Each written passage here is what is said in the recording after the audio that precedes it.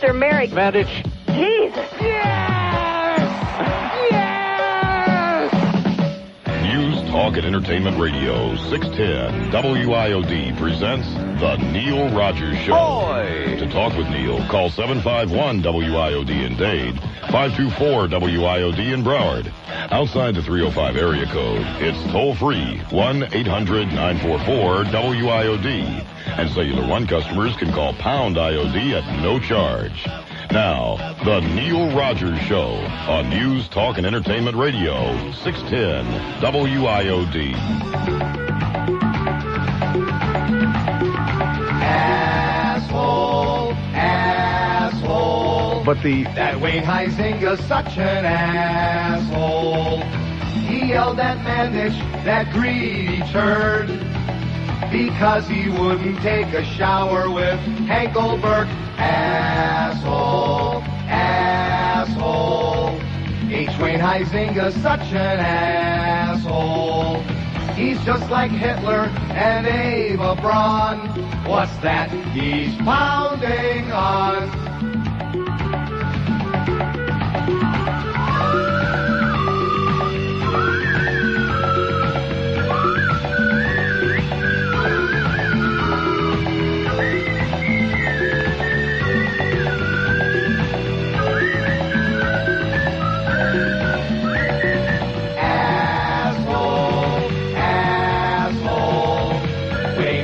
Quintessential asshole.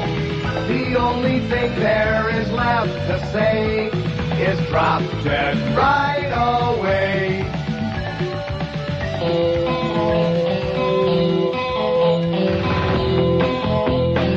oh, I think I'm gonna be mad. I think that it's now. The girl I'm going to wed has gained 20 pounds.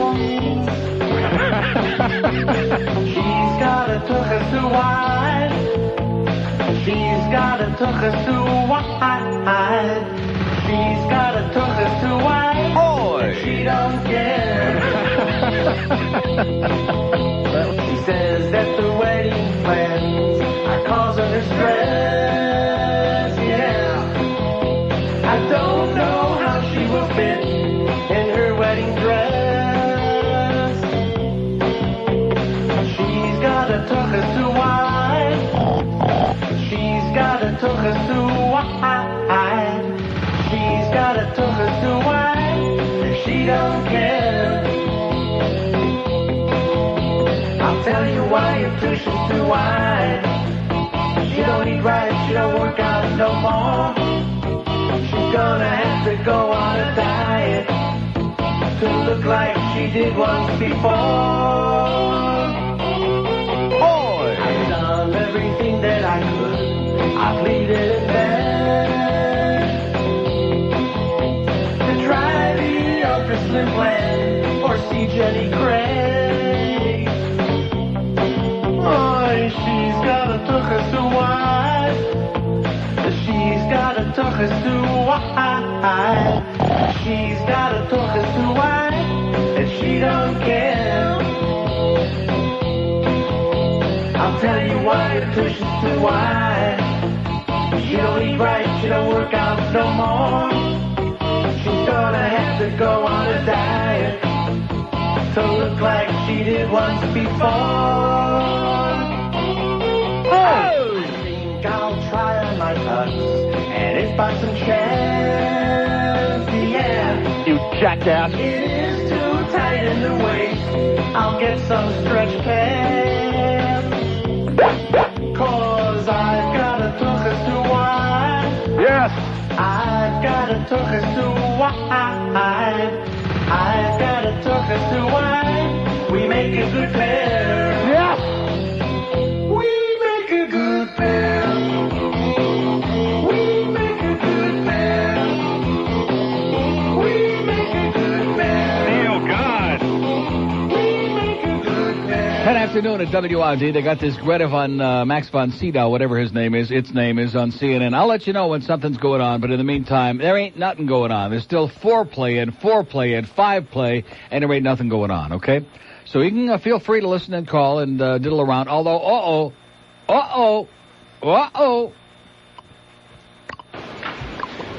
whoop. How do you like that for time? All right, morning, counsel. Here's the judge. Come on, Judge. All right, back on the record in the Gary Simpson Bettman. matter. Mr. Simpson is again present before the court with his counsel, Mr. Ullman, Mr. Shapiro, How come there's Mr. no Cochran, level on Mr. Douglas, Mr. Bailey. People represented by Ms. Clark, Mr. Darden, and Mr. Hodgman. In other words, I don't got it? All right, I don't got it. You got matters it. to dispose Well, of that before is. we reach our opening statement stage. Counsel, yesterday the jurors, when they retired, We got the hum one of the jurors handed the bailiffs a note for the court, and they were just curious as to whether or not the court was going to allow them to watch the Super Bowl this weekend. And I've indicated to them that yes, they can, and that we would arrange their visitation schedule accordingly. Turn it off a second. Only in America, this has got to be the epitome. He hasn't got his tongue wet yet from speaking. 10 seconds out of his push, this judge. What are we concerned about? Here's the biggest, most ballyhooed, most hyped murder trial in the history of the goddamn human race. And within the first 5 seconds, what is the judge addressing? The jury wants to know, can they watch the Super Bowl this weekend? All right. Does that tell you everything you need to know? And I wonder who's the judges betting on. Okay, crank it up a second. Here's this gray-haired douchebag, Gerald Ulinek. Your Honor, the first objection interposed by the people is that this has never been done before. Yeah, and we have located at least 2 California precedents where it has been done before. The first came in let's carry this probably for a second here. OJ the first case of the century, which was the trial of Clarence Darrow here in Los Angeles for jury bribery. Even though Mr. Darrow was represented by eminent counsel Earl Rogers, he was allowed to directly participate the case with the guy that in the bad presentation of the opening statement and closing argument to the jury. Yeah. Stop monkeying. The second example came in 1972 in the trial of Angela Davis Michael Jackson liked to shave in Northern California, in which, although she was represented by counsel, she also was allowed to present opening remarks to the jury. Yeah. So it's not a question of proposing something that has never been done before, as to which there is no precedent. Yeah, okay, let's get on with it. The second objection raised by the people is that they will be deprived of their right of cross-examination. And I think that really misconceives what is being proposed here. All right, first of all, turn it off a second. Okay, now do you want to hear this? Hello? Yes. You do want to hear it? Yeah, for a little bit. Okay, hang on. You want to hear it? You want to hear it? Yeah. Hang on. You want to hear it? Hello? Line 6. Broward. They're gone anyway. Screw them. You want to hear it? Hello? Palm Beach. What is that? Okay, crank it back up again. We got like 2 people left. Of an opening statement. What we are simply proposing is that Mr. Simpson be allowed to introduce himself to the jurors, to introduce the defense team, the lawyers who are representing him, and to simply reiterate his plea of not guilty. Oh, man. Now, of course, the prosecution has no opportunity to cross-examine a plea. Well, of course not. That's why they're trying to sneak this crap in there. It would be quite appropriate. Quite for the jury to hear the plea of not guilty and that totally, sets this trial in motion directly from the lips of the game-playing and jury brain-inducing. This is not really all that remarkable a request. What it really seeks to do is to focus the attention of the jury back where it belongs in the midst of all of this hoopla. And that is on the defendant who is on trial, to remind them that what's really at stake in this trial is one man's freedom. We want them to see who that man is. Jews, a goy, and 2 we brothers want them to hear from him very briefly in terms of introducing himself, introducing counsel, and reiterating his plea. Yeah. The second part of the motion simply addresses a physical demonstration that is routinely done in trials, backfield in motion, routinely done by the prosecution as well as the defense. They continue to try to mesmerize and again, would not involve the jury and the public. Any testimony, but simply a preview of evidence that will be presented in the course of the trial. Okay, here we go. Come on, Judge. It was represented to me that preview would be merely of the defendant's knees regarding certain surgeries that he has undergone as a result of his O.J. going to show him his scar, career. baby. You want to see my knee? Yes, that is correct. They're going to show him his knee? And have you contemplated the security desires of the Sheriff's Department that they have their bailiff within close proximity of Mr. Simpson at the time that this is done, and how you would do that in a manner that would not convey a unnecessarily negative message to the jury? Well, that was the reason we brought this up in advance, Your Honor, so that adequate ball and chain preparation could be made to post a deputy on this side of the courtroom if that's necessary, but it simply involves him walking from one side of the courtroom to the other. All right, and unfortunately, the logical place to do that is right by prosecution counsel there. Mm-hmm. Okay, here's the ruling. Come on, Judge. As well. We got spots to do, Judge. Have you contemplated the logistics of our unfortunately small courtroom? Well, if the prosecution wants to just switch sides with us, we'll be glad to move over to this side of the courtroom. But you've asked for that already. I don't think that they have any concerns about being in proximity of the defendant. Well, I have just had concerns about that as a security concern is all. All right. Thank you, counsel. Here we go. Okay, come on, Judge. Do something. Say something. Judge, say it. Do it. Get off the pot already. Say something besides you want to watch the damn Super Bowl. Judge. Oh, his beeper just went off under his robot. I'm informed Mr. Cochran has discussed the issue with the bailiff, and there's no problem with the bailiff being in proximity. Judge just passed a memo to the jury, said the line is 19 addresses the jury or displays his need. Okay, let's go. The guy, you already finished your thing. Sit your fat ass down, and let's go. Let's get a roll. Oh, now Marcia Clark's got to get up, and she's going to hock a China. Thank you, and good morning, Your Honor. Okay, get rid of this. We'll do the break, and by the time we come back, maybe the judge is going to finally do something. Something or somebody. 1218 at your OJ station, WIOD. 610 WIOD reminds you, friends don't let friends listen to anyone else. I'm going to start on this theme, and I'm going to rap on it all year long. Second tight end comes into the game. One running back is Greg Hill. Both wideouts are to the left side now. J.J. Burton in motion right. First and 10. Kansas City. Bono back to pass again. Has time. He's throwing deep down the left sideline. It is taken away. Intercepted by Gene Atkins. He's returning up the sideline. Go, Gene! Out to the middle. He's to the 40. To the 45. He laterals. He knocks down the official. And Troy Vincent is out. Go, Troy! Field. Oh, my God! The 35. The 30. No! He's going to go. Touchdown! Gene Atkins and Troy Vincent combine on the interception return, and I think Gene Atkins may be hurt. Oh, my God, what a sensational play! Yes! Yes! Okay, 12:21. Let's pot her up a little low there. She's basically saying that there's plenty of... A little low, I said, mister. I don't get stepped on by no district attorney, bitch. She says there's plenty of case law, like, for example, one guy in some case wanted to show his tattoos to the jury, and they said that would be offering testimony. And the same if he wants to show him his knees or his weenie or whatever he wants to show him, that's offering testimony, but he don't want to be cross-examined. And she's saying, keep this douchebag, but if he wants to get on the stand and testify, that's fine. And then we'll ask him some really good, hard questions that we would like to ask him. Turn it up. To have the defendant exhibit his arms to the jury without first being sworn as a witness.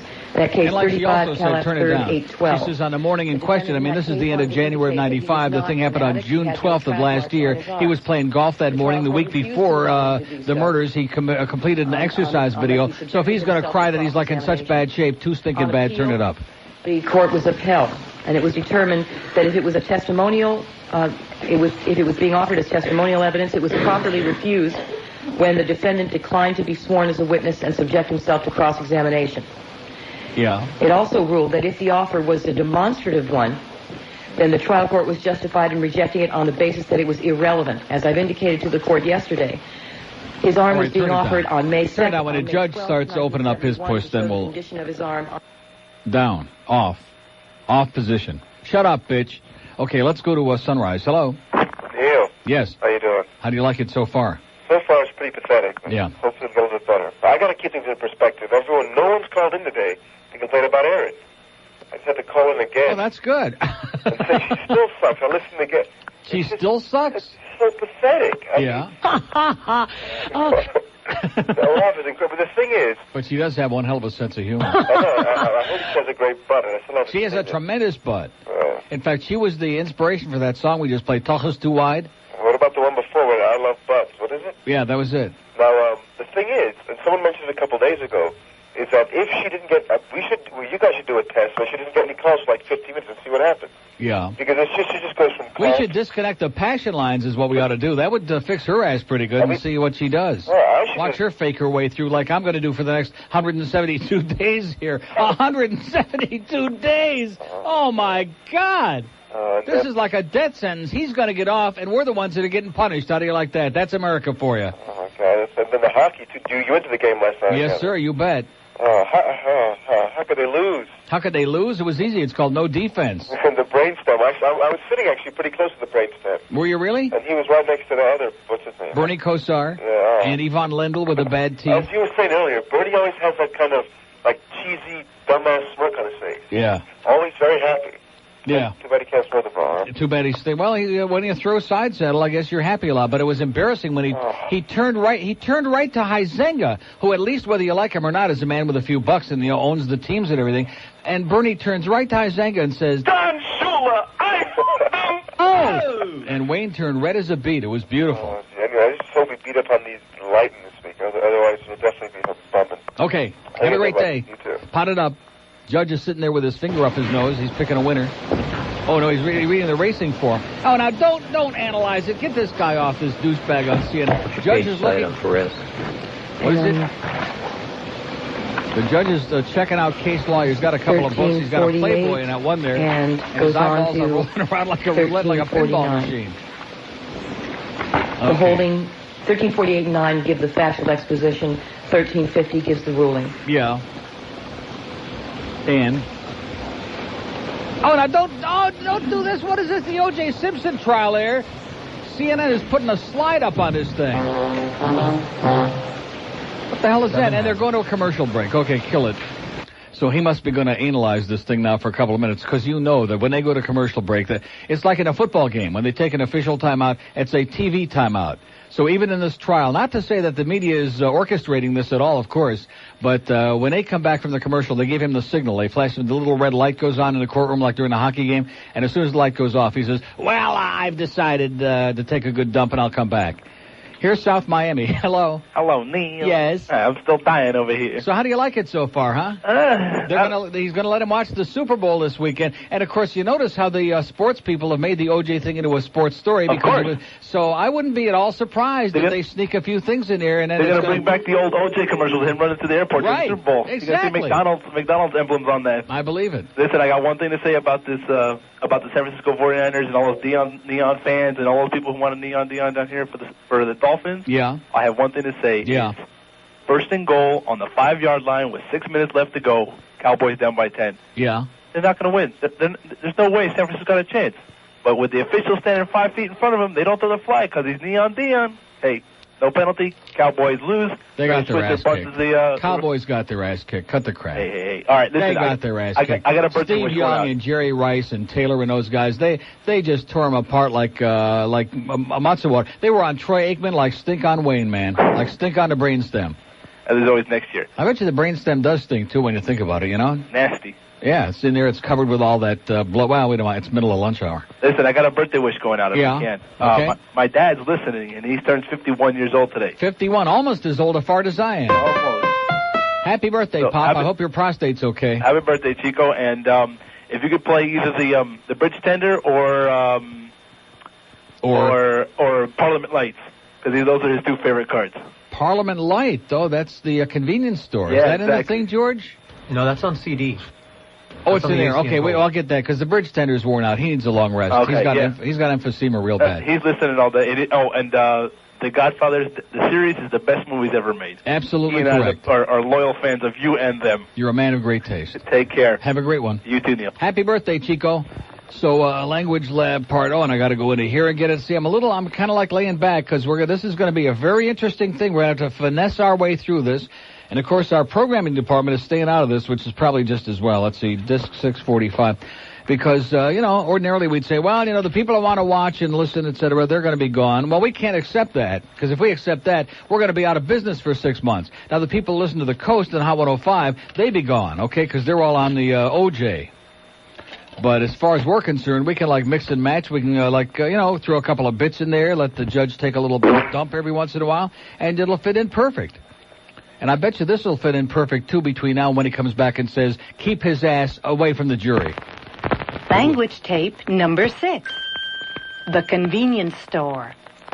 Follow along and repeat. Convenience store manager. Hello, may I be to helping you, please? Repeat. Hello, may I be to helping you, please? Customer. Yes, I would like a pack of Parliament Lights. Convenience store manager. You want a Parliament Light? Repeat. You want a Parliament Light? Customer. Yes, I would like a pack of Parliament Lights. Convenience store manager. This a Parliament Light? Repeat. Is this a Parliament Light? This one, Parliament? Customer. No, neither one of those is the Parliament Light. Wait, no, is it this one? No, or this? No, it's not that one. You want a Parliament Light? Yes, I want the Parliament Lights, please. Is it over here? No, this the Parliament Light. This one? No, Parliament no, can't you see it's the... This one, Parliament Light. No, over this there by one. the dirty magazines. What? Can't you see it? Listen, laundry head, it's the Parliament Light. Now, can't you see it's right over turn this tape over for language tape number 7. Ordering Chinese food over the phone. Okay, so the judge has just made a ruling. He said, I don't know. 1229 at WIOD. 610 WIOD. Listen longer, and you'll get an attitude, too. So Judge Ito has just ruled that OJ do not going to be addressed to jury. He has denied permission, but he will allow him to show his knees and his scars on his knees and his old football injuries, et cetera, and so on, and sign autographs for everybody. But, so he cannot address the jury, but he can show him his knees and maybe a few other good parts. Okay, here's Jensen Beach. Hello. Hey, Neil. Yes. Hey, OJ should be wearing those knee pads or something. I wouldn't be surprised when he yanks up his trousers. He's wearing them. Yeah, listen. I wonder if they're going to let him autograph his jockstrap, too. That would be cute. That'd be nice. I just want to talk to you about these green lines. I'm up here in Martin County. Yeah. We can't even get the station at night. Really? It doesn't even remotely come in at night. Well, that's right. You can't get IOD there at night. Whatever station she's on in Orlando, you most definitely cannot get at night. And, of course, Tampa, forget it. So what is that all about? I had heard her in Orlando a while back, but IOD about right at the end of Phil's show, almost, at sports Well, talk. it's sundown. Yeah. It changes every month. As it gets later in the summer, it's later on, So how do you need more 800 lines? For Orlando and Tampa and Aaron. Oh, I see. She's the star now. She hasn't had one rating period. She hasn't had one anything, and she's the superstar now. Everything is catered to this bitch. I mean, to her. The whole phone setup. We've been here, some of us, for 100 years, and this broad comes in because she's got a great ass and pats the PD on the ass if she can still find it. All of a sudden, she's got 85 personal phone lines now. Unreal. How do you like that? Unreal. Not that I begrudge her anything. I hope she gets a 20 share because it'll help the rest of us. But in the meantime, we'd like a couple of phone lines somewhere, Yeah. Now that they took away our damn Bell South line. Really? Bastards. Hey, but I was watching the game last night in Martin County, and when Yeah. it was 4-3, I thought you were some kind of guru or something. Yeah, I said 4-3, and then all of a sudden Wayne said, oh, that's the score that faggot predicted. We better give up a couple of goals. Exactly. Right. Anyway. All right, Neil. Have a great day, Pally. Bye. See ya. So what was the final verdict? I guess we didn't get a verdict from him or from OJ about the Aaron show. We don't want to get into that again, do we? We do? We have an open line in Dade, 751 WIOD. If you're worried that you're missing something right now, you may think it's really heavy duty, but it's not. OJ just blew his news. He said his news. He says, here's some good news. So anyway, so his one of the 500 attorneys for O.J. now, one of the brothers is up there, and they're like presenting exhibits. Art exhibits and football exhibits. Here's the NFL trophy, the most valuable player trophy. No, not that kind. But they got the exhibits. Now they're arguing about that. And about 1 p.m., which is about a half hour from now, they'll get ready for opening statements whenever they get done diddling around with these stupid exhibits. But in the meantime, the only important thing that you thought you were going to miss is the judge says O.J. cannot address the jury, cut the crap, and stop with the grandstanding. But if you want to show him your knees and your scars and any other body parts that might be attractive or stimulating, no problem. I'd like to look too, is what he said. Because I'm a big fan. He said, I'm a big fan, and can I get your autograph, Mr. O.J., please? Here's a lady in Kendall. Hello. Hello. Yes, ma'am. Isn't this a joke? Neil. It's a circus. You know what you can say? What? Holy bull. Holy bull is right. Remember that? Yes, I do. God. Well, it was only 2 days ago. I can remember that. Wonderful. Mm-hmm. I wish I was there. But anyway, no, I'm not into that. I'm listening into what? to Holy you. bull? No, I mean, OJ. I yeah, you are. Come on. Come on. Day. You're hanging on every description now. Neil. And you must admit, I'm spicing it up a lot better than they are on CNN. You know what? I have it on mute. Yeah. And listening to you. Same as I do. I got my TV on and I'm mute. Attaboy. Yeah. Okay, sweetheart. Take care. Okay. Bye. See ya. See, that's what everybody in town's going to do. They have it on mute. Clearly. Mute it. There we go. And they'll listen to us, and we'll just do the... And, of course, when Phil is on, it's really going to be good because Phil, they're not going to know whether it's the judge speaking or O.J. or Steve Ornell or Margaret or Marcia Clark or Clark Kent or who the hell, or Lois Lane. 12:36. I'm sorry to do it again so soon, but you got us all backed up by screwing up the hour, George. 12:36 WOJD. 10 WIOD. Just like a St. Bernard puppy, the national debt and that hairy thing in the back of your refrigerator. We're getting bigger all the time. Oh, my gosh. Let's strap OJ in a comfy chair and give him the gas somewheres in California. Yes. Let's do it today. Boy. Anita Bryant's gonna have the job of twisting the knobs that gives the juice that special gas. Oh, my God. She's a pain in my ass. I don't give a crap about the chase scene or the 20,000 special reports. The only thing I'm interested in is whether or not he soils his shorts. Oh, let's strap OJ in a comfy chair and give him the gas somewheres in California. Let's do it today. So anyway, they're doing the thing with the exhibits, and they get to the very first one to show you how long this trial is going to take. And the first one is some videotapes they got, and I have no idea what's on them. And they got one that they just handed to the prosecution this morning. This, of course, is the defense. And I think this one is called O.J. Scores 5 against Notre Dame for USC. The only problem is, and of course she knows nothing about football, and the deal is it was Ernie Davis who scored 5 touchdowns for USC against Notre Dame, not O.J. And now the judge says, well, don't you think we ought to watch at least the first 5 or 10 minutes of this? Because he really put on some great moves and broke a couple of tackles, and she's standing there like, well, you know, how long are you going to drag this on, douchebag? Why don't you go back to Japan where you came from? And then she said something else about his ancestry and about his first wife and how she was beaten and abused or whatever. Or was it his wife's first husband? That's what it was, right? Something about Gook. Here's Pembroke Pines on the purple line. Hello. Hello. Yes, sir. How you doing, Neil? Great. First-time caller. All right. Listen, a funny story. I was in a local clothing chain store. I went there to get a suit. Yeah, you know, how she always laughs at the wrong time. Okay, well, long story short, I'm a little bigger on the top than the bottom. They always have to measure my pants. You're a little bigger on the top than on the bottom. Okay, in other words, the head on the top is bigger. Okay. Well, they're always taking in my pants at the bottom. Anyway, this time it turns out it's a woman there who is doing the measurements and everything. Really? Yeah. A woman is measuring your inseam? Well, yeah. Well, and while she's doing it, she was touching it here and there. Oh, my God. I'm sure it was all accidental. Oh, yeah, right. But anyway. Right. For what, about a half an hour? It excited me a little bit. Who's going to get the cleaning bill now? Exactly. Yeah. It excited me a little bit. So, anyway. A little bit or a lot? She starts to talk about she proceeds to tell me I'm wearing my body to the right, which normally it falls to the left. You're wearing your body to the right? Yes. It is so hard. Yeah. So anyway, she proceeded to tell me about how the pants are made bigger on the left leg than the right because most men wear their body to the left. Well, what a crock that is. No, they wear their body to the left? Most men.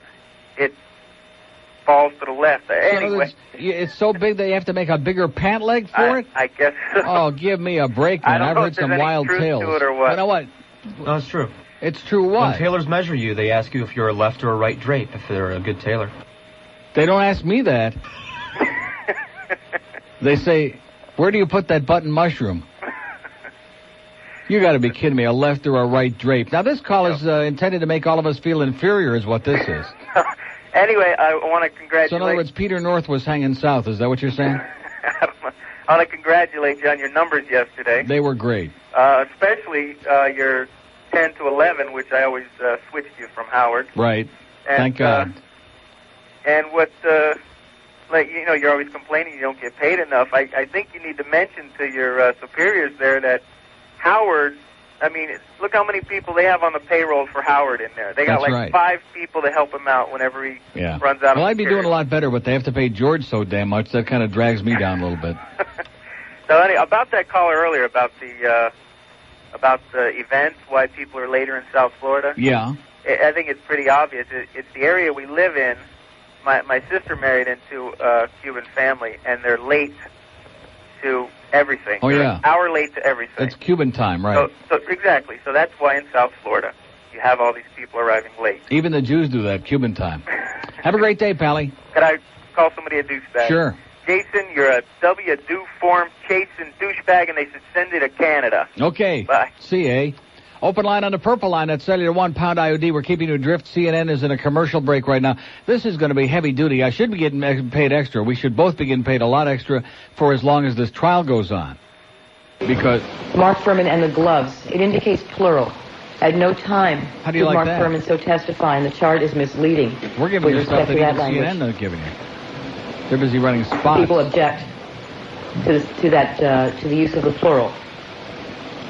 That never occurred. See, pluralism is dead in America. I've been telling you. Secondly, Van Adder warrant. A search warrant and the circumstances of the search Yeah. are irrelevant to the trial before the trier of fact. That is a legal issue that the court rules upon that is improper to raise in opening statement, let alone in trial. Did you... I would further mention to the court, I thought the court ruled that Mark Furman could not be mentioned in opening statement. Correct. The people object on that basis as well. All right. Now, what happened? They just cut out? They just died?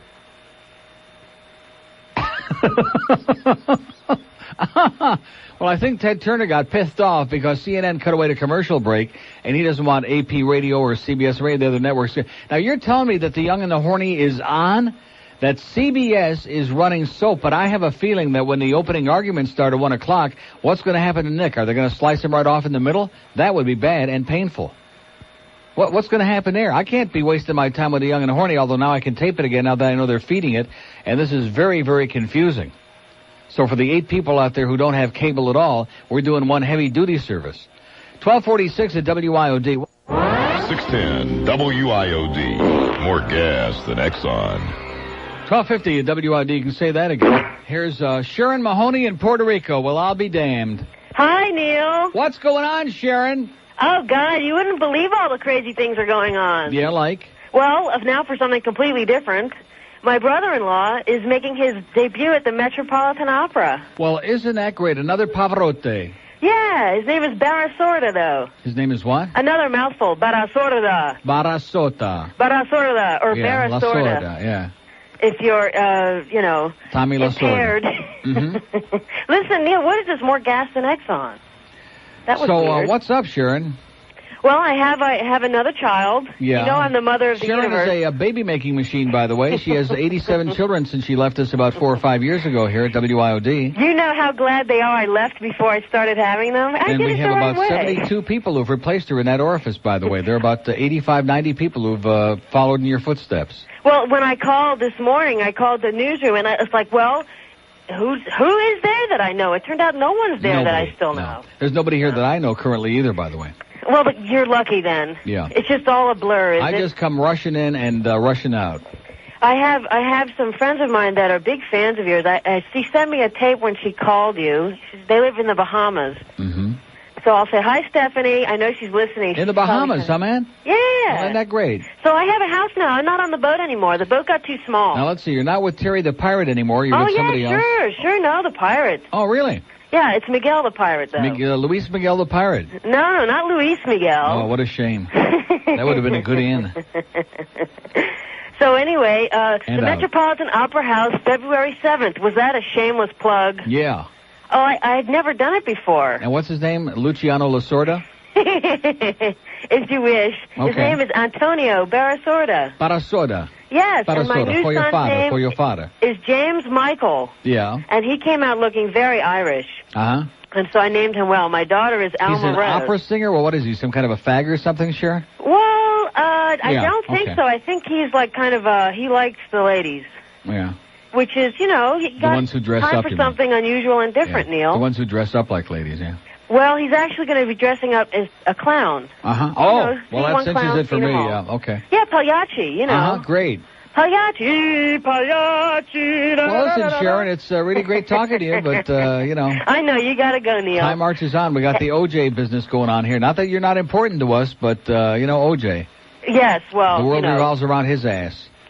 Fight on. Fight the good fight, Neil. Take care. Okay, Sharon, take care of yourself. Bye. Nice hearing you. Bye-bye. But when she started singing, then I couldn't handle it.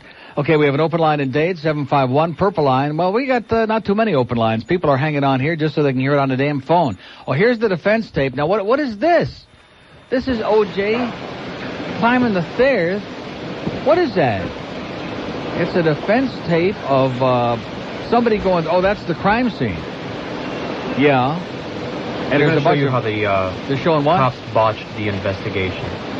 They're trying to show how the show you a police officer spilling coffee on one of the corpses and tripping over the body. So what's wrong with that? Oops a lot. Once they're dead, you think, well, there's no sense, there's no feeling. Although that caffeine might have set in and started decomposition a little bit too soon. Spilled coffee on one of the bodies. What do you expect from the LAPD? A little like a good job? Hey, I think if they came close, I think, you know, that's good enough. Have you got the audio up or something? Why? They're watching the video. This is not an audio presentation, mister. Robertson. I thought maybe they would make sound effects or something. Well, wait a minute. That's the judge. Man, he had 3 Wendy's double cheese for lunch, and he is really regretting it now.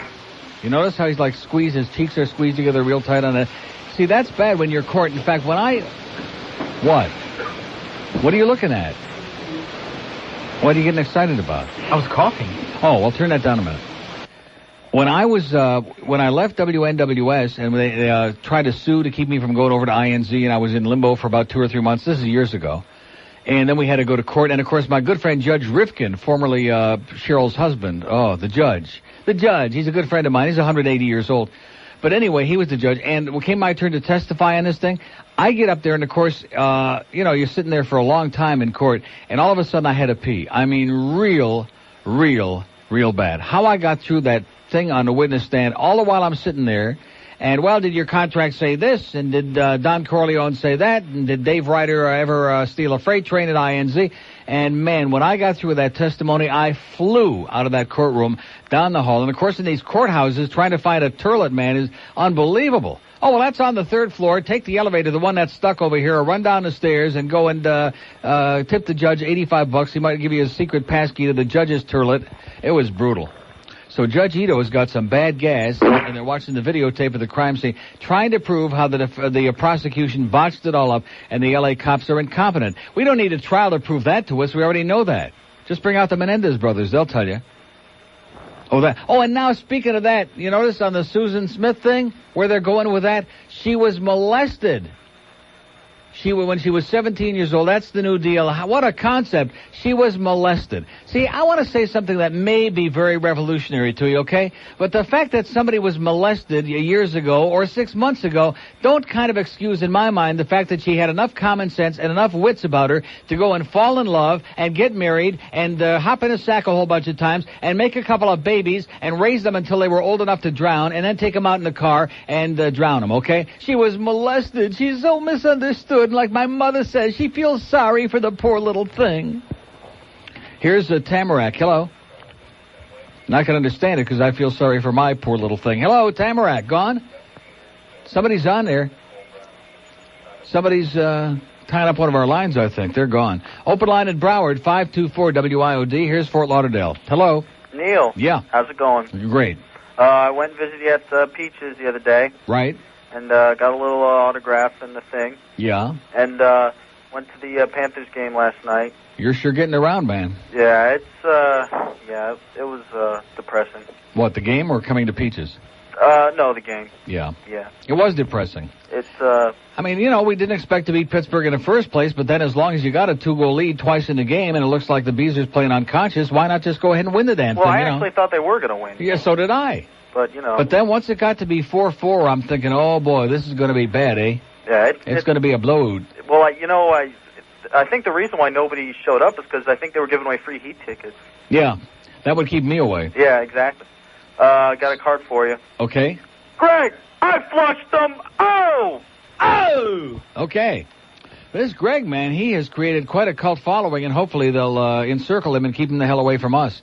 We have an open line on the blue line in Broward, one on the green passion line, and on the purple line. Now, the purple line should definitely be on there. Cellular one, although they don't want to get on the phone because they can't hear it as well over the phone as they can on radio. Now, Marcia Clark is saying something here. Like, tell the defense how to try their case. The people are asking this court only to make sure that the jury is not misled, so that they get the truth. They're carrying so this that on they delayed, understand what the evidence really is, not spin and not distortion and not half-truths or statements taken out of context. She said to the judge, truth. Talk about a And the problem with balls. videos such as this one is that we have no way of knowing when it was shot, and the inference that the defense seeks to draw from it may be completely false, in which case the jury begins the case with a total misconception about the conditions under which the evidence was collected. And that is a very damaging thing, and that's why the defense, of course, seeks to do it. I understand. Okay, kill it. But kill it's it. not the appropriate thing to do. The jury just... Boy, you're like talking with little Jennifer there. I mean, what is it? All Jennifer said was... Spread them and say cheese. Yeah. Got my attention. Yeah, I bet it did. So anyway, what was Marcia just saying now? Pot it up. That is, again, totally misleading. I got an EBS going on here. Well, now what's... Okay, see? They're dropping nuclear weapons at Homestead, and this guy's worrying about that. When we got the goddamn OJ trial, we've been waiting since the middle of June. This is 7.5 months we've been waiting for this trial, and you're worried about the fact that they're having like a nuclear spill at 3 Mile Island or something like that. I still haven't recovered from Jennifer testing her teas out on me. Spread them and say cheese. Rhymes with teas. So anyway, that center one total is $100,783. You got another week to go to hop into Peaches and get your best of stuff. And you can call Capture Glory. And thanks again to Tom D'Amico for doing a far better than we deserve job. This man worked his brains out on the center one project. He's a hell of a guy. He can occasionally be a real pain in the ass because he's a perfectionist. He don't understand he's working with WIOD, where imperfection is our middle name. But anyway, thanks, Tom. Thanks to National Telecommunications, who donated that toll-free line. They like us. 1-800-610-6285. Order a bunch of stuff and you'll love it. WAYNESUCKS. News, Talk, and Entertainment Radio, 610 WIOD presents The Neil Rogers Show. To talk with Neil, call 751-WIOD in Dade, 524-WIOD in Broward. Outside the 305 area code, it's toll-free, 1-800-944-WIOD. And Cellular One customers can call pound IOD at no charge. Now, The Neil Rogers Show on News, Talk, and Entertainment Radio, 610 WIOD. It's the 1 to 2 hour. It's worse than disco. It's worse than achy breaky fever too. This is LAME. If I gotta hear the stupid little song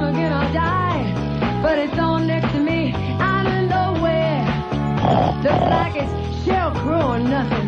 This song is sure a big one, and I'm sure it's catchy. It's gotta be making money, but it's burnt crispy to me, and I wonder if I hear it every day the rest of my whole life. When a sappy DJ intros this song, I'm dangerously close to a radio speaker, but I turn it off quick with this crowbar. All I wanna do is trash this song. I got a feeling I'm not the only one. What I wanna do is load my gun. Give me that CD, I'll put some holes in one. It's no longer new, it's overdone. It gives me a headache, and I'm not the only one. All I wanna do is smash this tune. And when this song comes on, rip the stereo right out of my car. And if I hum this one, flip my hair right out and kick me real hard. Spread 'em and say cheese. 107 at WIOD. In case you think you're missing anything real exciting, if you're in your car, if you're in your office, if you can't get near a TV, if you're getting all bent out of shape because you're part of the 99 and 9/10% that are absolutely obsessed with at least the opening statements and opening up the whole can of worms and then getting in there with your fork and knife and eating them, they're not doing nothing. They're like arguing now. They're debating heavily back and forth and up and down and in and out what can be said and what can't be said in the opening arguments. Instead of just starting out and saying what the opening are, well, you can't say this, you can't talk about Mark Furman, you can't talk about that. And then Johnny Cochran got so exasperated, he blurted out, okay, if there's anybody, we got the evidence on our side, if there's anybody in this courtroom who believes that the Jew's done it, raise your hand right now. And O.J.'s hand popped right up in the air. And all the 5 attorneys gave him a dirty look, and O.J. said, "Oh, man." Well, he slipped. Let's go to Miami Beach. Hello. Hello. Yes, sir. Yes. Yes, I am. Mr. Rogers. Sí. How are you? Buenos dias. Gerardo. Buenas tardes. Buenas tardes. What ¿Cómo about va? Gerardo? How's Gerardo doing? Everything okay? Who's Gerardo doing? I can hear you very well. I'm in the car. From Prima Pasta. You're what? Gerardo from Prima Pasta. Fria pasta. What is that? A little restaurant makes a little homemade pasta. That I have a new pasta that I want you to try tomorrow, and I want to send it over. Very healthy. What is it? It's an agnolotti with only vegetables inside, and outside is fresh tomato and basil, and just a little garlic. It's fantastic. Joe Pesci is inside? Excuse me? Joe Pesci made it. I'll be damned. Excuse me? I said I hope he was careful. I'm going to send it over tomorrow. Now, where is this place? This place is on 414 71st Street. Prima Pasta, he's been here before. Oh, Prima Pasta up Gerardo, on the end of the remember? street that brought us all that seafood that time that I don't eat seafood, and that's because whoever got us in touch with it, who was that got us in touch with them and screwed us all up? Yes, you don't need seafood. Huh? You don't need seafood. You like... No, I'm not a seafood man. I'm telling you, it's, if I see it, I eat it. Fresh tomato and basil. There you go. Sounds magnifico.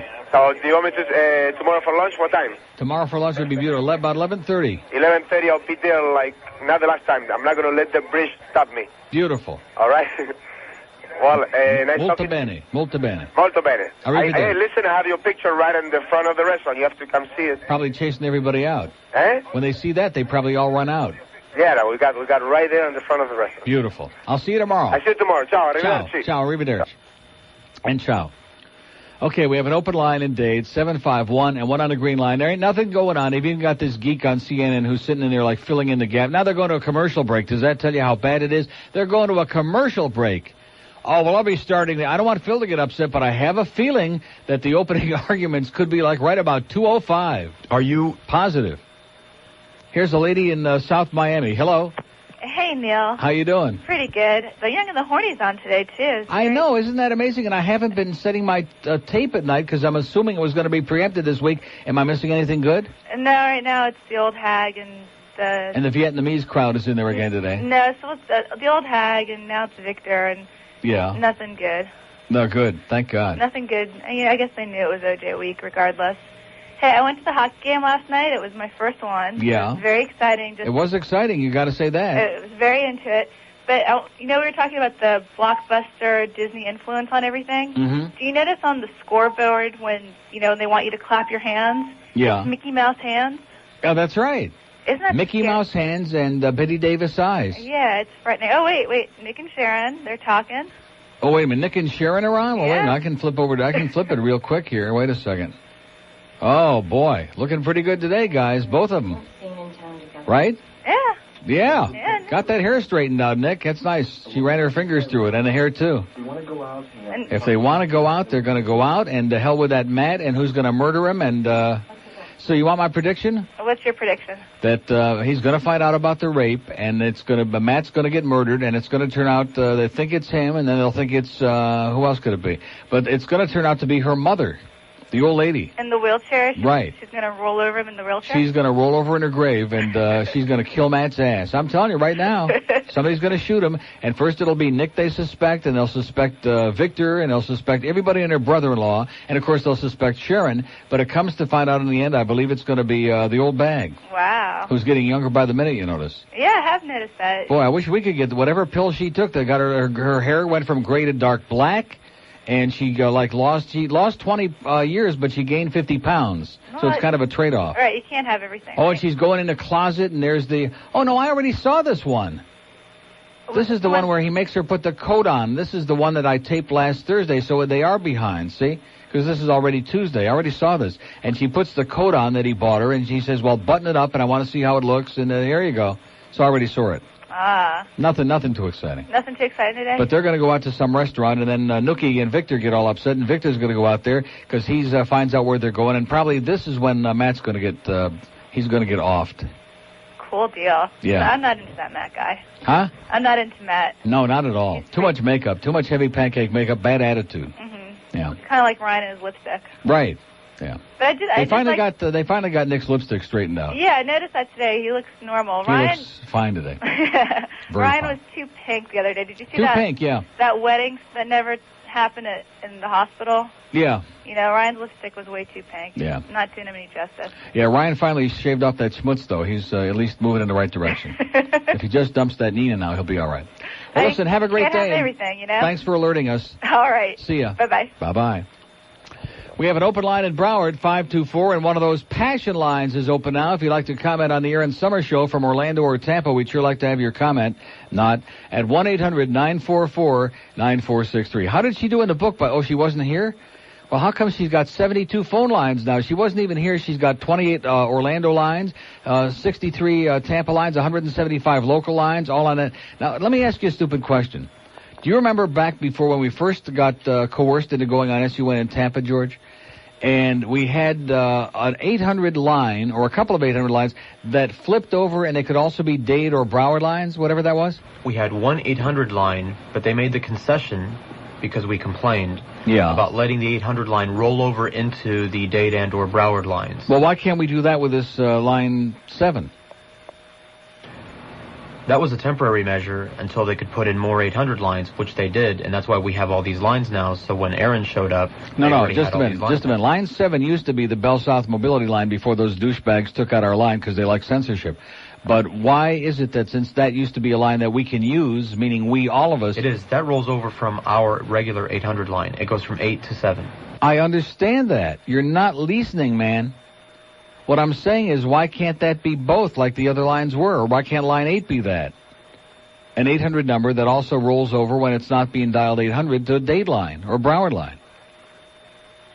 Oh, what a concept. Sense, huh? Yes. There we go, starting up trouble again. Okay, wait a minute. Pot it up a second, because there's... no, don't pot it up. They just showed the wall in there. The judge just ordered out for more cheeseburgers. Oh, he ordered out this time from Jack in the Box. Okay, that should be good. 1:15 at WIOD. Hi, this is Phil Hendry, and while we're all getting set for Super Bowl 29 featuring our own Miami Dolphins and the San Francisco 49ers, I hope you remember to listen to the Phil Hendry Show Monday through Friday, 2 to 6. Remember, go Dolphins against the 49ers in Super Bowl 29. I'm looking forward to it. 610 WIOD. We're trisexual. We'll try anything. Hey, enough with the Panthers already. When the hell does the baseball season begin anyway, huh? Speak with comedian Ken Severa. Ken, I think the last time you were on, Harry Carey was still alive. Oh, wait a second. He is still alive. You could have fooled me, man.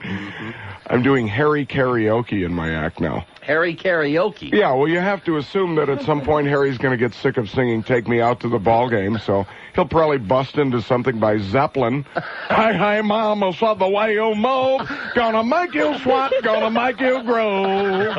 Everybody. People at Wrigley are just stunned. If you want my body and you think I'm sexy, hey! Everybody wants the dinosaur. Boom, boom, aka boom. My name is Luca. Oh, no. Harry's snapping. He's snapping. Well, they have baseball in Florida now, which I think that must be fun. Watching 90-year-old people doing the wave. In the event of a rally oxygen mask dropping from the upper deck. Opening day, somebody throws out the first hip. Lines to the restrooms would be real short, though, thanks to Depends. It'll be like the only stadium in the country where the lights are connected to the clapper. Somebody hits home run, it'll look like disco night at a Shriner convention. Okay, 120 at WIOD. This thing in People magazine. Thank God that Victor didn't bring these in. Thank goodness. Brad Pitt, the sexiest man alive. They do this. Now, at least they picked a guy that if they would clean him up and give him a haircut, he used to look pretty good. Back when I discovered him before they made him ugly. Same with Johnny Depp. But if he's the sexiest man alive, then I think everybody's giving it up for Purim. Sexiest man alive, my ass. Isn't that ridiculous? Sexiest man alive, Brad Pitt. And just at the time when they made him really grotesque and he's in all those stupid movies with Tom Cruise, I wonder if they're doing it. So anyway, we got some naked bitch on here is getting her body wrapped up on CNN, real tight in plastic, which is kind of interesting. But in the meantime, you notice they're doing like a long commercial break in anticipation. Well, we better do one here, too. Didn't we just do one? Oh, we better do another one. I'm telling you. How long do you think those opening arguments are going to go on, mister? Forever. Hours. In fact, I would assume that now who starts? The prosecution starts. So there's the last, let's see, it's 10:20 in the morning till like lunchtime, which they'll probably have to take a late lunch, and this is going to last all day. Uh-oh. Here's another promo. Will they ever get back with it? Stop with the promo. Stop with the spot so I can coordinate my thing here so we don't have to get our news department psychotic. We want to be first. We want to be right on top of it. And we want you to know that we had some crap. While CNN was in commercial, not this break, but the previous one, we had Marcia saying a few things like that, which they did not have. So hallelujah for us. But here's this butt plug again from CNN and his putz. Defense request. The defense request. God, it sounds like they got his things in a vice, don't it? Man, 1 minute driving me nuts. To the jurors during Johnny Cochran's opening statement, we heard O.J. Simpson's defense attorney Gerald Ullman make the argument to the judge. Now see, this is okay. We'll do our break because they're recapping right now, and I'm telling you, they're eating those E. coli burgers from Jack in the Box. 122 at WIOD. And WIOD, finally, an AM station that doesn't suck.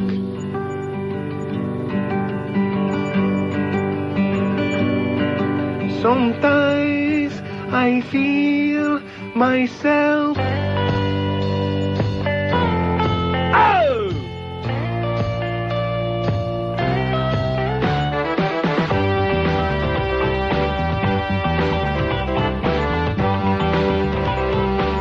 Oh, man. Coming at you. It's the GOP. White males, the majority. Dark and somber, just like our suits, without the mellow and that guy named Newt. We're all dull men, Robert dull man. We're all dull men, Robert dull man.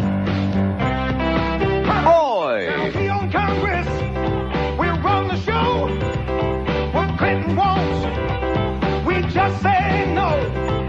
Goodbye welfare. Don't try to fight. We'll make white water. Old Bill's demise. We're riding high. No more status quo. With Jesse Helms and also Sonny Bono. Yeah, yeah, yeah.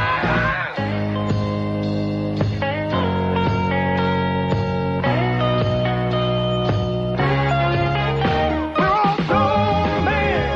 We picked up 60 chairs. All the doormen. Wow, it's taken 40 years. We're on a roll, man. We have a contract with America. All the doormen. Let's look for loopholes. 127 at WID. Speaking of Brad Pitt, the sexiest man alive, according to the people at People magazine. Of course, Ray Charles is the editor of that publication. Aaron Summers tonight. That's going to be the poll question, P-O-L-E, on passion bombs. And the question is going to be, according, now we have to clean it up on this show. How does she use that language that we can't use during the daytime? What? Because she's got a great ass. No, the question is going to be, for all the ladies in the audience, would you bear your hooter for Brad Pitt? Well, she's not going to say hooter. It rhymes with Pitt. Here's a lady in Boca. Hello.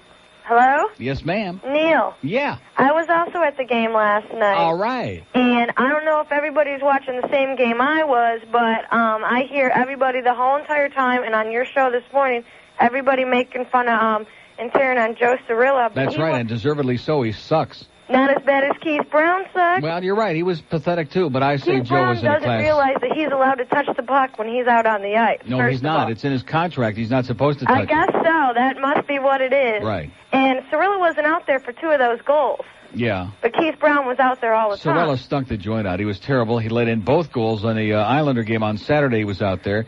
And yesterday, he couldn't be too close to the goal because he kept falling down every time he was on the ice. Every time Jaromir Jagr went flying past him, he just took a belly flop and was down there on his ass. Yeah. And I think maybe we could have possibly have won that game if we didn't have Bob Kadelsky, Keith Brown, and Van Beesbrook in goal. Van Beesbrook, the man, they would have scored 10 goals in the first 2 periods. He was unconscious. He made 8 million great saves. But that's only because he flaps his fat ass on the ground. Every time he stands up to stop the puck. The Beezer has a fat ass? He is a large person. He's not. Have you ever seen him without all that crap yes, on? Yes, I have. He weighs I've about seen him 60 live pounds. in person. You have not. He is not a large person. He's as skinny as a whale. So have I. And he is. If he stands, is when the puck goes in. The only John time Van Beesbrook is a midget. Yeah, he's short, but he's still got a lot of weight behind him. He's got a tiny ass. Oh, right. Well, I personally wasn't looking at it. Well, I wasn't either. No, I was not checking out his ass. They don't have nobody on that team whose ass I would check. The only time he can stop a puck is How about Jody Hull? Now, how come Jody's got all that facial hair? He's got hair on his puss this year. What is that? I have no idea. It's that Brad Pitt look. Ditch the hair, Jody. Forget it. He's going for that looking sexiest man of the year. Yeah, he wants to have the great ass, right? Right. Or just get some. Right. Well, part of the rumor going around in our section last night was that Don Shula was coaching him last night. That's, it's interesting. Yeah, it's funny. The only one that picked up on it, Brainstem was there, and of course, Brainstem, they thought he was the lucky charm because Wayne brought him in 2 games last year, and we kicked ass in both games and won. So I was thinking the same thing would happen last night too. But it got to the 3rd period, and the Brainstem says to Wayne, he says, "Well, I'm such a good luck charm. Why don't you let me do the coaching here in the 3rd period? I'll send all the information over there to Roger. I'll decide who's going to be on a power play, who's going to be in the game." And that's what was going on there last night. Exactly. Is that Bernie had the headset on, and Bernie was like whispering sweet nothings in Nielsen's ear. Exactly. And that's why we lost the goddamn game. You're right. Yep, that's exactly right. You are the only person in that crowd perspicacious enough to pick up on that. Of course. Yep. Because we're the real fans. And if you could have heard in the locker room after the game when Roger Nielsen said, Don Shula, I f***ed him. Oh! Which is quite a bit of frustration coming from a sourpuss like him. Exactly. You bet. What is the deal with everybody leaving early? I did. You left early. Which I never do, but when I got to be 6'4", I just, I threw it. Yeah, but there was plenty of time left. Look, they almost came back and tied it up. Almost only counts in horseshoes, honey. That's true. Right. Okay, listen, have a great day. See you Thursday. Wait, I have one more thing to say. In closing. I have one more thing to say to somebody else. Somebody out there stole my brother's jacket last night at the game. Bring it back or we're going to send OJ after you. Exactly. Okay, see you Thursday. Have a good day. Bye. So what's the deal now? Here's Judge Hirohito. He's writing now. He's writing out his order for how often does this guy eat? Man, talk about fat. How could she say the Beezer is fat?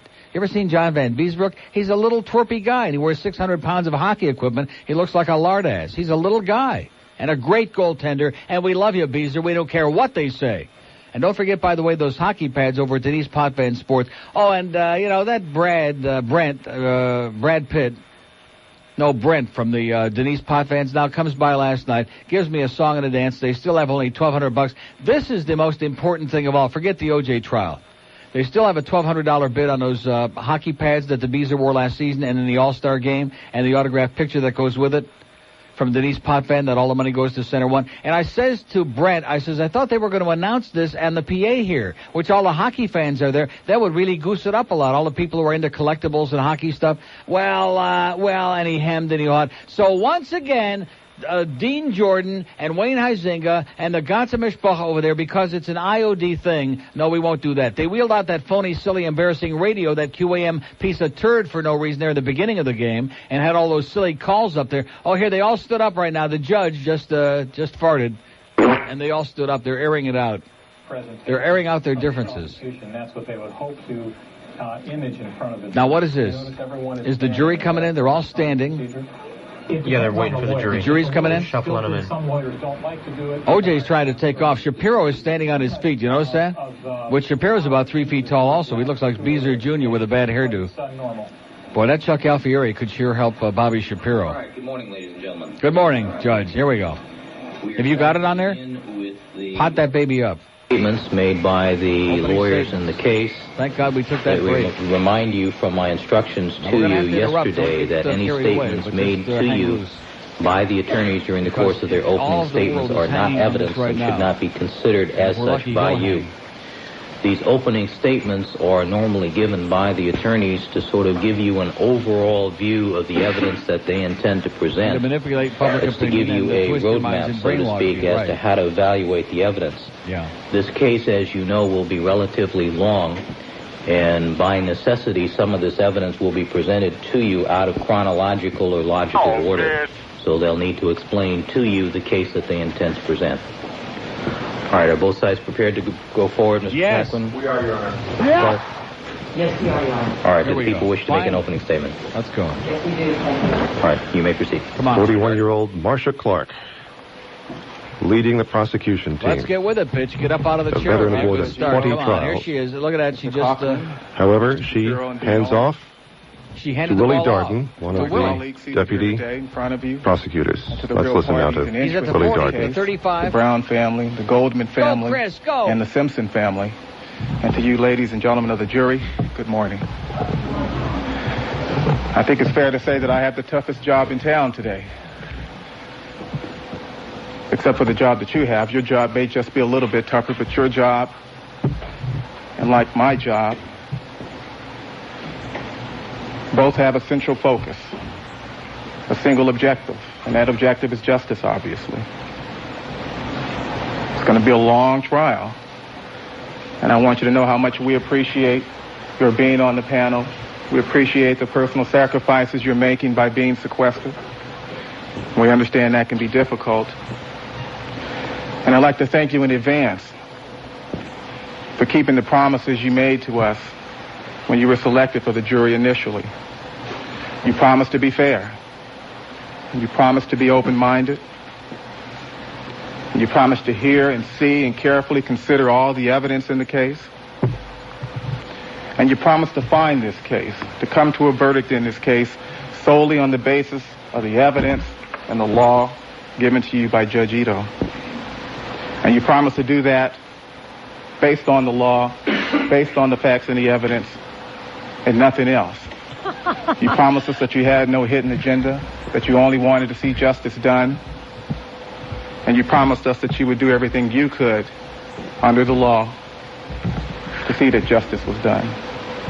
And so I thank you for that, and I thank you in advance for the verdict you will at some point render in this case. And we're here today, obviously, to resolve an issue, to settle a question that has been on the minds of people throughout the country these last 7 months, It certainly has been on the mind of my people up in Richmond, California, and friends in Fayetteville, Georgia, and all across the country, and everybody wants to know, and everybody I know often pose the question to me, did O.J. Simpson really kill Nicole Brown and Ronald Goldman? Well, finally, ladies and gentlemen, I am here in front of you this morning to answer that question. And we'll answer that question from the witness stand and from the exhibits you'll see in this case and from the evidence. And when you see the evidence and when you hear the witnesses and when you put it all together and consider the totality of circumstances in this case, the answer will be clear to you as well. The answer to the question is yes. The evidence will show that the answer to the question is yes. O.J. Simpson murdered Nicole Brown and Ronald Goldman. And I'm sure you'll be wondering why as the trial proceeds on, and I'm sure you're wondering why right now. As the judge instructed you already, opening statements are not evidence. Opening statements are given by lawyers, and in an opening statement, we inform the jury of what we think the evidence will show in this case, what we believe the evidence will show. But we're lawyers. We're not witnesses. We're not under oath. Nothing we say is evidence. The things we say to you today are not the things that you should carry into the jury room and into deliberations. You should carry into the jury room and into your deliberations the evidence in the case, the testimony from the witness stand, the exhibits admitted at trial, the instructions given to you by the court. And when you look at all of that, when you go back and reflect on the testimony and the exhibits and everything you heard and saw in this case, you'll know why he killed Nicole Brown and Ronald Goldman. And when I give you the answer as I have, and you consider and you stop and consider and you think, why would he do it? Why would he do it? Not O.J. Simpson, not the O.J. Simpson we think we know, not the O.J. Simpson we've seen over the years. But that raises another question, and that question is, do you know O.J. Simpson? We've seen him play football for USC. We watched him thrash UCLA and play in the Rose Bowl. We watched him win the Heisman Trophy. He may be the best running back in the history of the NFL. We watched him leap turnstiles and chairs and run to airplanes in the Hertz commercials. And we watched him with a 50-inch afro and Naked Gun 33.5. And we've seen him time and time again. And we came to think that we know him. What we've been seeing, ladies and gentlemen, is the public face, the public persona, the face of the athlete, the face of the actor. It is not the actor who is on trial here today, ladies and gentlemen. Man. It is not that public face. It is his other face. Like many men in public, like many public men, they have a public image, a public persona, a public side, a public life, and they also have a private side, a private life, a private face. And that is the face we will expose to you in this trial. The other side of O.J. Simpson, the side you've never met before. We will expose in this trial and show to you in this trial that other face, the face he wore behind the locks and the gates and the walls at Rockingham, that other face, the one that Nicole Brown encountered almost every day of her adult life, the one she encountered during the last moments of her adult life, the same face Ronald Goldman encountered during the last moments of his life. When we look upon and look behind that public face, the public face of the man who sits here in court today, you'll see a different face.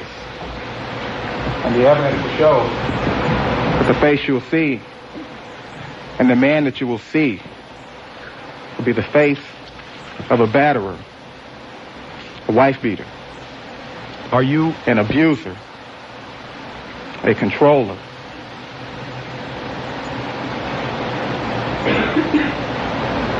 You'll see the face of Ron's and Nicole's murderer.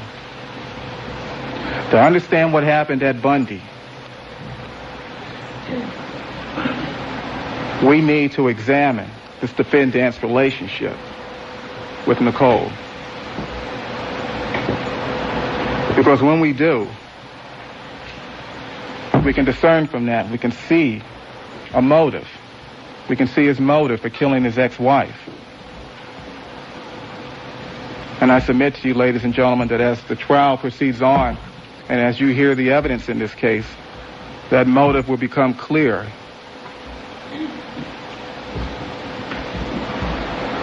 He killed Nicole for a single reason.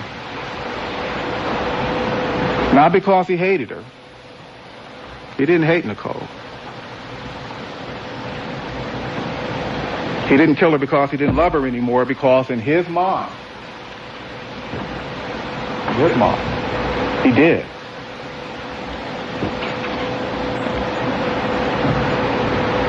He killed her for a reason almost as old as mankind itself.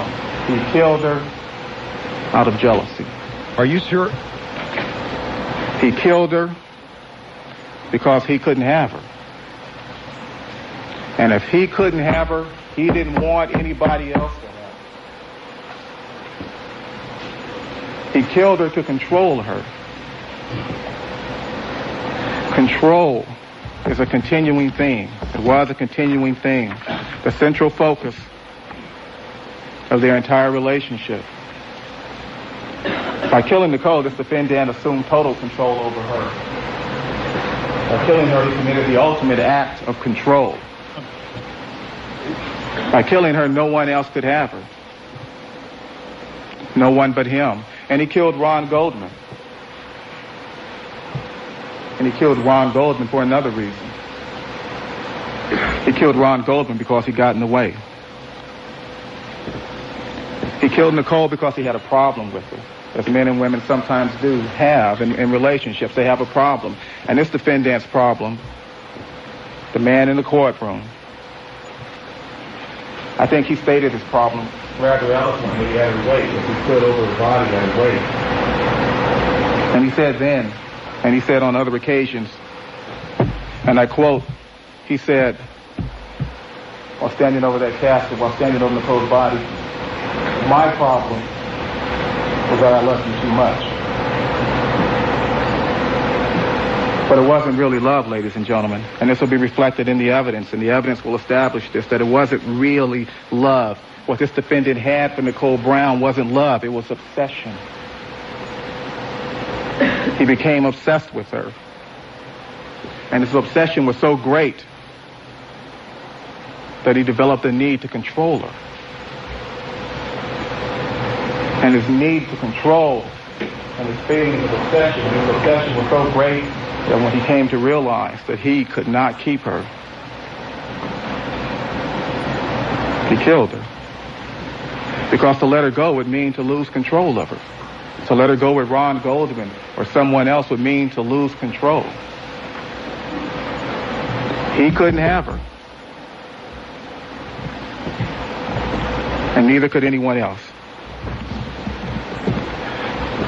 Now, the evidence in this case will establish that the man in the courtroom, this defendant, is an extremely controlling and possessive man. And as I said before, control and possessiveness was a single dominant theme throughout their relationship. And he controlled her in a variety of ways. He controlled her financially. When the defendant and Nicole first met, she was barely 18 years old. He was almost 30. She shared an apartment. He owned a mansion. She waited tables at a restaurant. He was a millionaire. No one had ever heard of Nicole Brown, but he was one of the most recognized men in America. But after he met her, he slowly began to control her. She shared an apartment with a friend. He got her own apartment. He bought her things. He gave her things. The time she was 19, she was driving a Porsche. He got it for her. He began to gain control over her. And throughout the years, throughout the relationship, he maintained that economic control over her, that financial control. The evidence will show that Nicole never really held a job. She never really worked. She never really operated a business. She never had an income really of her own. Throughout her entire adult life, this man, the defendant in the courtroom, held the purse strings in her life. Whatever money she got, whatever material possessions she got from the defendant.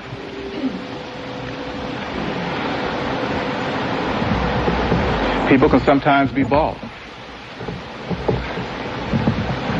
And young people sometimes can be easily misled.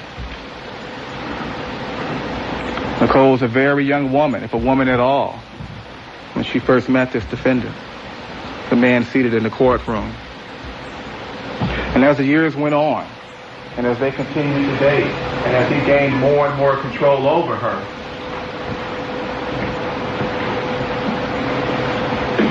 the more control he gained, the more abusive he became. As you listen to the evidence in this case, you're going to be hearing evidence regarding domestic abuse, domestic violence, stalking, intimidation, physical abuse,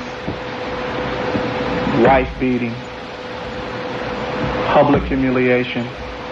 As you listen to the trial and as you hear this evidence and see this evidence, please keep in mind that all of these different kinds of abuse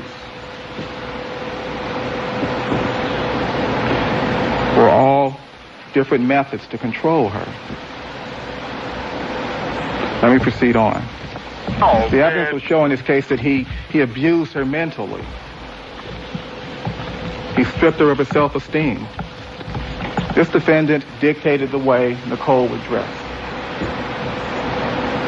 He dictated the way she would wear her hair.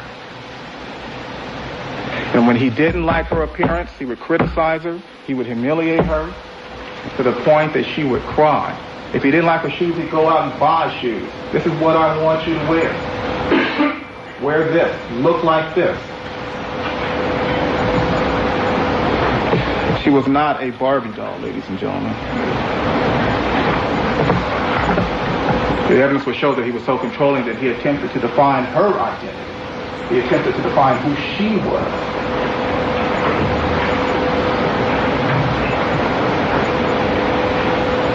When she was pregnant and put on weight,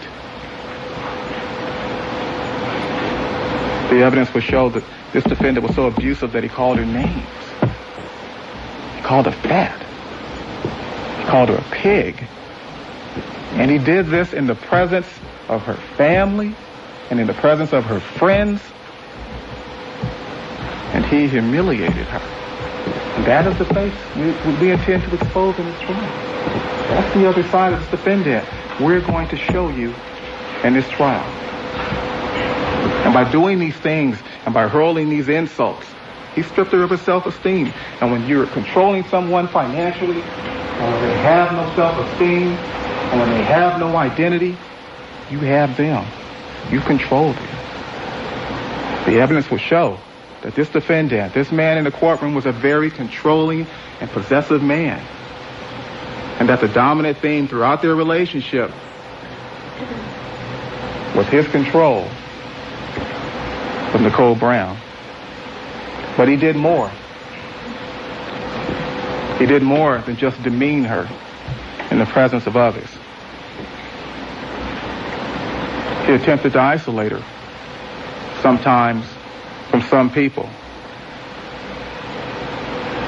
When certain men came around, he became jealous. And he became so jealous that it got to the point that she would not agree or want to be around certain men because she was concerned that he might get jealous. Deputy District Attorney Christopher Darden giving the opening statement for the prosecution. He's occasionally walking away from the podium in the courtroom, and that is why he sounds very far off microphone sometimes. He also, as you can hear, is often thumping the lectern for emphasis. Ladies and gentlemen, when her friends came around, her girlfriends came around, and when he felt that she was spending too much time with those girlfriends, he talked to the girlfriends. He let them know he didn't like them hanging around. He dissuaded her girlfriends from hanging around. He attempted to isolate her from other people. And when you isolate someone, and when you have economic control over someone, and when you strip someone of their self-esteem, and when you establish their identity, you have them. They're yours. You can control them. And the evidence would show in this case that this man is an extremely possessive and controlling individual, and that he is an extremely obsessive individual when it came to Nicole. And his obsession was manifested by the things he did toward controlling her, for demeaning her and controlling the purse strings and isolating her and defining who she would see and who she wouldn't see and who her friends would be and who they would not be, wasn't all this defendant did to control this woman. There are more powerful forms of control. Okay. On that note, we're going to dump out for a second. 153, Christopher Darden, who's the Deputy District Attorney, is doing the opening statement very poorly, too, I might add. It's extraordinarily weak. Anyway, we'll come right back to it, though, because it's riveting. 153 at, did he do it? WIOD. 155 at WID. Now, we'll be doing the regular news at 2. Phil Henry's going to be here, and then, of course, at 2:05, that's going to be your problem, is to figure out whose voice is really on air, okay? Because I think Steve Warnell may be doing the rest of the opening argument, and quite frankly, probably one hell of a better job than this douchebag. Are you listening to any of this guy? Weak, really. Although he's stumping on it every now and then. I think he's like trying to build up a little confidence. He's trying to like wake up the jury is what he's trying to. Okay, let's go back to she handed off the ball to Chris. He's on the 30, the 25, the 15. He fumbled it, and OJ picked it up and tossed it off to the judge. That's a difficult topic. It is. Because domestic violence is something that happens behind the gates and the walls. Quit pounding it, man. It happens in the bedroom and inside the home and in places where the public can't see. Domestic violence is a private affair, generally, while it's occurring. And so it makes it difficult to obtain evidence, to gain proof that the violence occurred. And it makes it difficult to obtain evidence and gain proof that the relationship is a violent relationship. But we do have that proof. We do have proof. We do have evidence. You will hear testimonies and witnesses in this case, and they will discuss the violent relationship, the violent marriage this defendant had with Nicole Brown. In 1985, the police responded to the defendant's home on Rockingham in response to a call. And when they arrived, they were met by Nicole.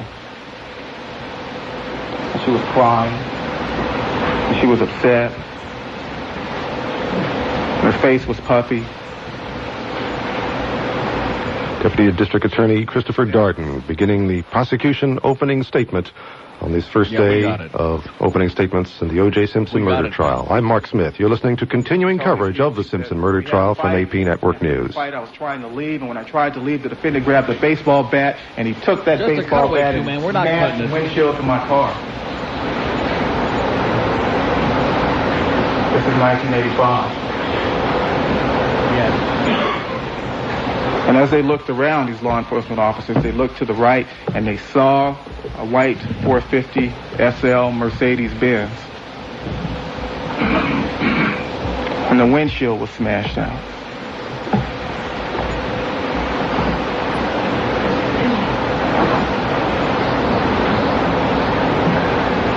And Just then the defendant came out of the house. And he offered an explanation. Well, the police didn't arrest him. They left. They left Nicole there. They left the defendant there. And that isn't an act of physical violence toward Nicole, is it? Or is it? Maybe it is. Or not. Nicole Brown was there to witness this act, this violence on her vehicle. And if you're married to someone and you love someone and you have a fight with them and they take a baseball bat and they do something like that to one of your prized possessions, could it be that they're sending a message? Yeah.